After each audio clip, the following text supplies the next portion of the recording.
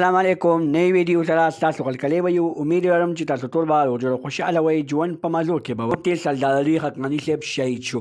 دوستانو سوشل میډیا باندې یو خبر تیزی سره خپور شوی دی چې مفتي سردار علي حقانی صاحب شهید شوی دی. دا خبر رښتیا دی که خلک مفتي صاحب پسې هسې پراپګنډي کوي ډرامې سازوي د خپل ځان مخکې کولو لپاره داسې حرکت کوي. ټول معلومات در سره په دې ویډیو کې شریکوم. زموږ دا ویډیو هم وګورئ چې پوره معلوماتونه ځان خبر کړئ. د نورو معلوماتي ویډیوګانو لپاره زموږ چینل سبسکرایب کړئ تر نشه خامخا وښیئ چې زموږ هر یوه معلوماتي ویډیو تاسو ته په اسانۍ سره میلاویږي. څه ورځې مخکې مفتي سردار علي حقانی صاحب باندې یو قاتلانه حمله شوې وه چې بیا له هغه قاتل موسی ګرفتار شوی و او موسی وایي چې ما په مفتي صاحب باندې حمله د دې په وجه باندې وکړه چې زما دماغ خراب و، زه په ځان باندې پوه نه شوم.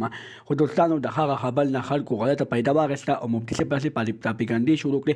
د خپل ځان د خپل پیجونو مخکې کولو لپاره داسې حرکتونه شروع کړل، د خپل ځان د خپل پیجونو مخکې کولو لپاره داسې پوسټونه شروع کړل چې مفتي صاحب پسې پراپګنډې شروع کړې.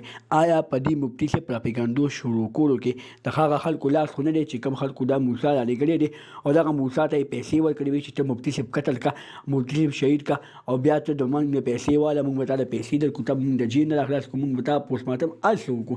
خو دوستانو چې کله ده په مفتي صاحب باندې حمله وکړله نو شکر الحمدلله مفتي صاحب ته نه الله تعالی بچ کړو او دغه ناموس ګرفتار شو. دوستانو پولیسو ته پکار دي چې دغه بدترینه سزا ورکړي چې بیا داسې حرکت نه کوي. د نورو معلوماتي ویډیوګانو لپاره زموږ چینل سبسکرایب کړئ، نشان ووهئ چې زموږ هر یوه نوې معلوماتي ویډیو تاسو ته په اسانۍ سره میلاویږي. والسلام.